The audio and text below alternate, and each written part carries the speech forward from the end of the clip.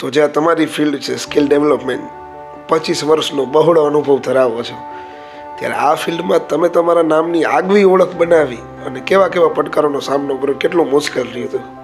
Okay, એટલે અહીંયા તમે જે ઇમ્પોસિબલ બોલો તો એમાં જે આઈ એમ પોસિબલ છે એટલે પણ એને તમે કયા દ્રષ્ટાંતથી વાંચો છો, બરાબર? પણ મેં એ જ કીધું કે તમે જ્યારે સતત કોઈ કામ કરો તેમાં તમે સફળ થવાના એમાં તમારી એક્સપર્ટાઇઝ હોવી જોઈએ.